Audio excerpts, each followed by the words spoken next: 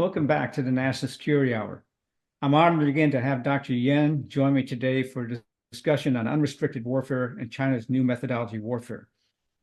As we went on the break, Dr. Yan was given a lot of background in terms of the biological, ecological, and other type of warfare that China is undertaking here. But what tends to fade in America's memory is because we're so short-sighted, in my opinion, and have no long-term strategy or view. We tend to forget things very quickly.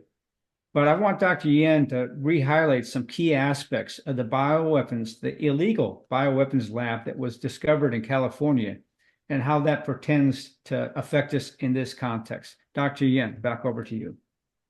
So actually, it's a California biolab in Italy is not the typical biolab we are talking about.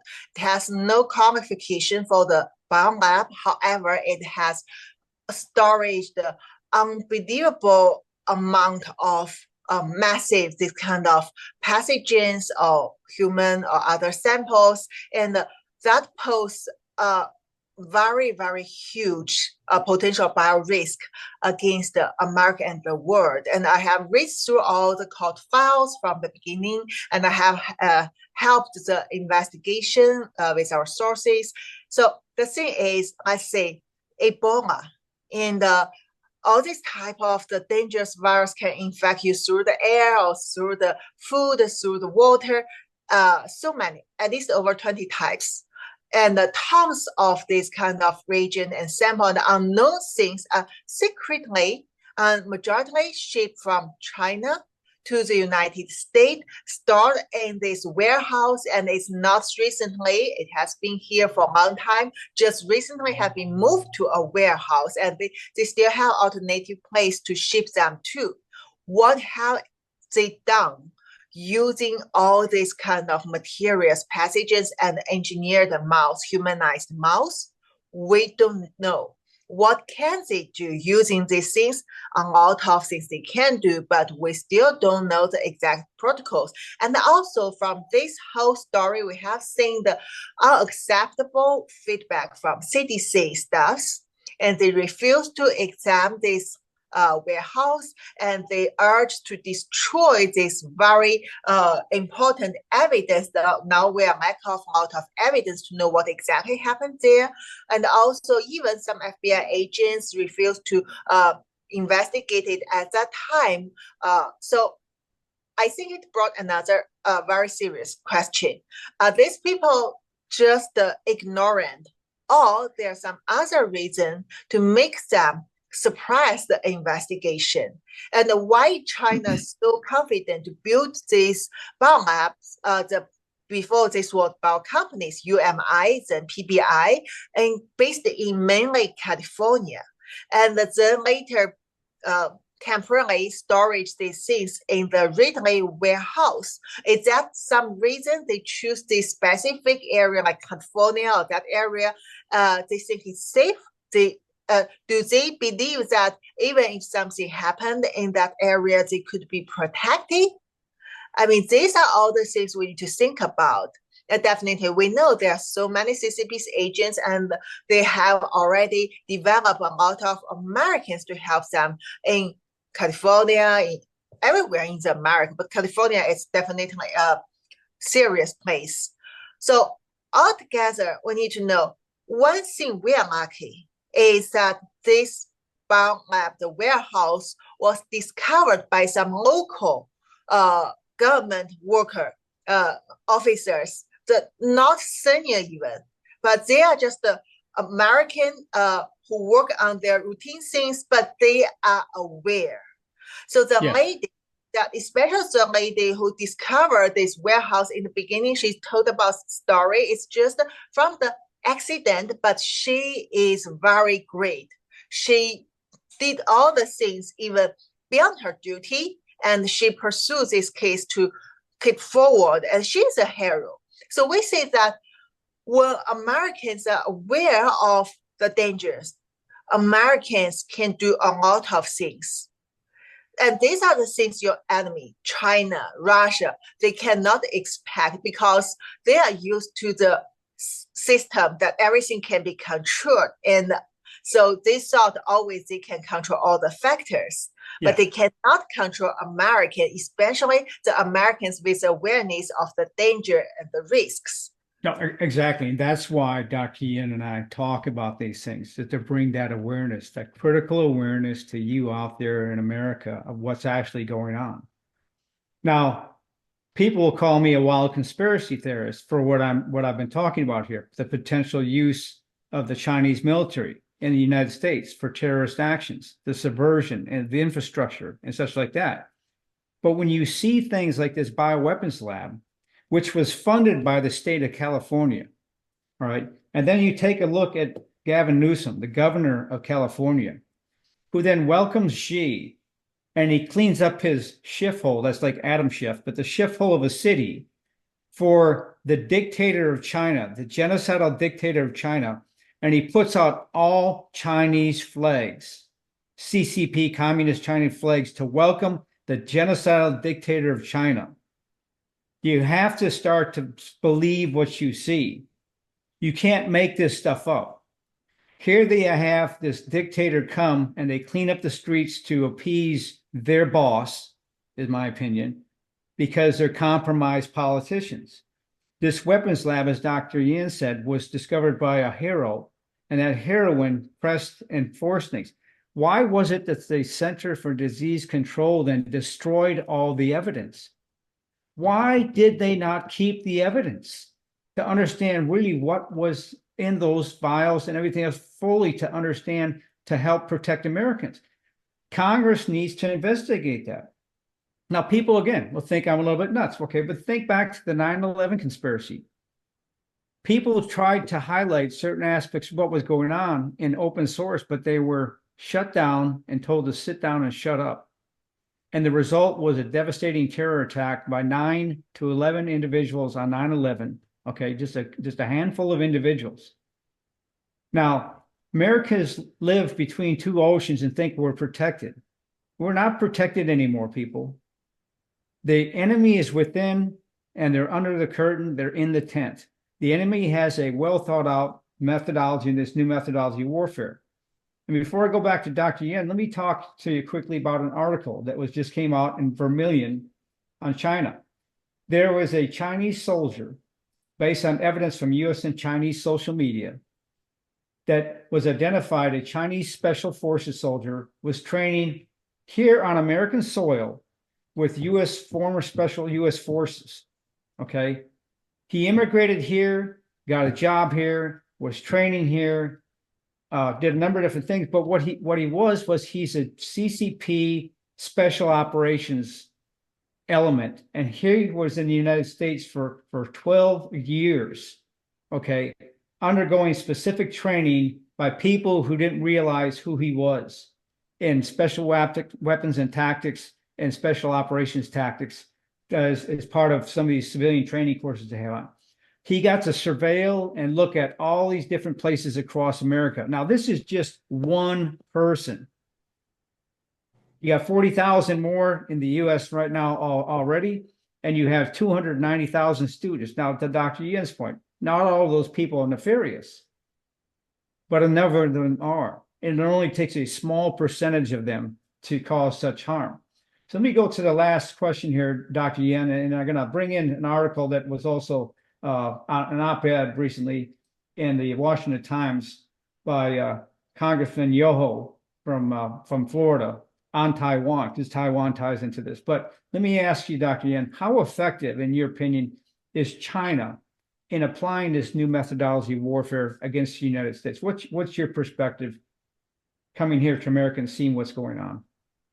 So, sir, first, when we talk about the case you mentioned, the Chinese military officers trained by all these kind of special forces in the United States for 7 years, from 2014 to 2020, and then he back to China to train the Chinese special forces to fight against Americans. It's not an individual case. And why it happened, we can say even back to this 20 years ago in this unrestricted warfare book, they have described exactly in this chapter 5 that they said even Bin Laden previous was a contractor to build American's military base.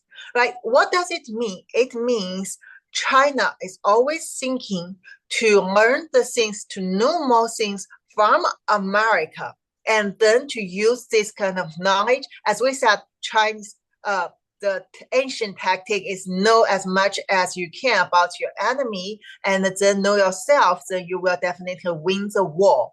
And another word is there is never too much deception in war. This is also from Sun's military tactic 2,000 years ago. So China is always cheating Americans, and China won't describe it in their books, but they will use Bin Laden stories to brag it. So this military officer is just among many of them during the friendship period with America, come here to learn the things, to make friends with American people, and to even to try to develop some people working for China. And this was not just democratic or geopolitical parties issue. This is because at that time you thought China is your friend. So yes.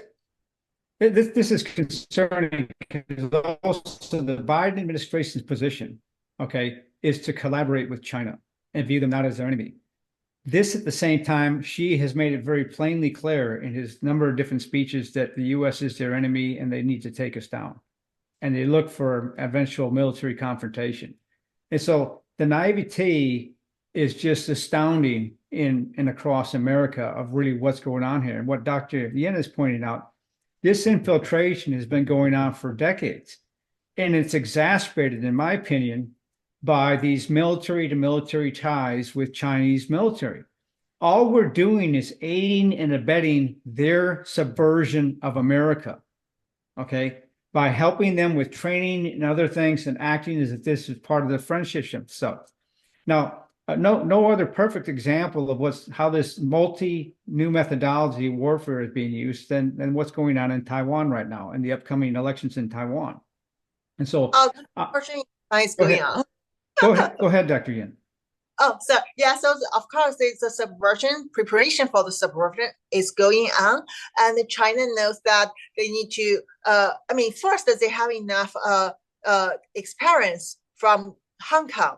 And you see, when Hong Kong is controlled by so-called local police, actually it's mixed with a lot of mainland police and mainland armed police and soldiers. They can just brutally treat Hong Kong people and disappear them. And finally, now you see the previous head of the police in Hong Kong, Li Gachao, becomes the new chief executive of Hong Kong now. So you see, one of the leading candidate of the president in Taiwan now is also the Hou Youyi. He's also the leader of Taiwan police. And all of his idea is to help Chinese Communist Party to change Taiwan, to make Taiwan part of China, although he always tried to using fancy word. However, I say the unrestricted warfare is not just the black and white. One point is to make you not understand. You can't identify your enemies. So when Taiwan people are voting, there are three candidates now. One is Lai Ching-te. He is definitely the strong ally with America pro-democracy. He is a fighter. Another one is this police head. Right? Everyone, majority of people, if they are not corrupted or not stupid, they know he's working for China. However, there is another person, Ke Wen-je. The third person also have like less than one third of the support according to the pool. So he's also competitive. So why he is a doctor, surgeon, and he was the mayor of the capital of Taiwan before, and he became the politician because people thought he's a professional academic, and he won't tell things extremely. He won't talk about how China will be Taiwan, and that could be conspiracy. And he's talking about how to maintain peace and negotiate, work with China to maintain Taiwan's relationship with both China and America. So people, especially young generation, when they see the propaganda about Ke Wen-je on TikTok, they feel, oh, this guy is kind of straightforward, like our teachers, like professors. He is a nice person. We don't want to think about, oh, we need to fight against China. Oh, China will take over Taiwan. Oh, that's so far from our lives. But we may vote him. He sounds reasonable. And this person is also CCP's another set. Yeah, yes. So what's really interesting here is a couple of things. As we've got a couple of minutes left here in today's episode. This has really been an enthralling discussion. But you highlight one of the key candidates is the police chief head. Okay, and if you take a look back at how compromised President Biden and his son are here in the United States with the CCP, and you see his actions, you can understand what's going on in America here to subvert America. And who are they using? They're using the head of the FBI, and they're using the head of our Department of Justice, the Attorney General, to create a two-tier justice system. This is the deception and the subversion of America, and the same thing that China is trying to do now, in my opinion, in Taiwan. But I'd like to talk real quickly about this article. It's by Ted Yoho, who's a congressman from Florida's 3rd Congressional District, okay? And he's a former congressman, but he gives 6 different points related to China and Taiwan. He says, basically, we should denounce China's blatant aggression, decrease China's manufacturing output, okay, diversify our critical supply chain, hold China accountable for its human rights violations, encourage members of the Association of Southeast Asian Nations to stand collectively against China, and then there needs to be a veil of protection created around Taiwan to let Beijing and Mr. Xi understand that takeover of Taiwan is off limits. Now, as we go to the end of this break, I'm going to toss a big 800-pound gorilla into the pit here. The one thing that Mr. Yoho didn't mention is that our one China policy, I believe that we should have a one China policy, but it should be one free China, and that the first republic of that one free China is Taiwan, and the republic's capital should be Taipei. All right, so we're going to leave that hanging there because I'm going to come back with Dr. Yen, and we're going to talk about that specifically. But this has been a heck of a ride today, Dr. Yen. It's been always so enlightening to discuss with you China's unrestricted warfare and such. 30 seconds for any last-minute comments. Also, actually, I think when we place this video at the time, we already know the result of Taiwan election, but we should know that even if the pro-American candidate Lai Ching-te win, China won't give up to take over Taiwan. So they have multi-protocols, either using war or hot war or using pure unrestricted warfare against Taiwan. But even the hot war will be built based on unrestricted warfare tactics. Yes. So it's very important for us to be aware of that and have our countermeasures. Well, thank you again, Dr. Yen. It's been great. Remember, I'm here on the National Security Hour to tell you what you need to hear, not what you want to hear. I will go outside of the fog of the daily chaos to give you a strategic perspective on national security issues and speak truth to power, the power of we the people, so we together can best ensure the resilience and security of our republic. Thanks for joining us on the mission. The National Security Hour is the tip of the spear in the epic battle to defend the United States of America.